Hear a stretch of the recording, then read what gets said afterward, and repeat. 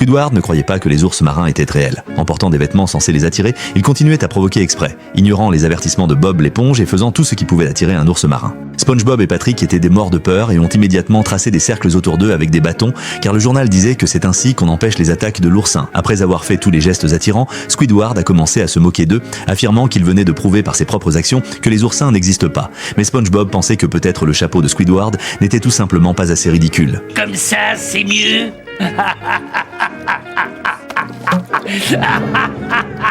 Puis, un véritable ours de mer est apparu juste devant eux. Terrifié, Carlo a essayé de s'enfuir, mais il s'est fait battre sur place. Quand l'ours de mer est finalement parti, Bob l'éponge a essayé d'inviter Carlo dans le cercle, mais il a encore refusé, disant que le cercle lui ferait perdre du QI. La seconde suivante, il a reçu une autre raclée de l'ours de mer. Quand l'ours de mer a fait une pause pour se reposer, Bob l'éponge s'est dépêché de l'avertir à nouveau. Cours pas, ça énerve les ours des mers.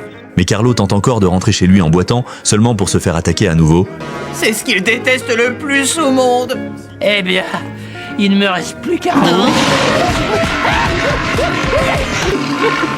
J'aurais dû te prévenir de ne surtout... Pour aider Carlo à survivre, Bob l'éponge lui a lancé un bâton, mais l'ours marin l'a quand même poursuivi. Ne pouvant plus le supporter, Carlo a finalement couru dans le cercle de Bob l'éponge. L'ours marin, voyant le cercle au sol, a donné à Carlo un avertissement sévère, puis l'a finalement laissé partir. Voyant qu'ils étaient en sécurité, tous trois étaient vraiment ravis. C'est alors que Bob l'éponge a soupiré de soulagement que le rhinocéros marin ne soit pas apparu, car le cercle n'aurait pas arrêté celui-là. Qu'est-ce qui les attire? Le bruit d'une attaque d'un ours des mers.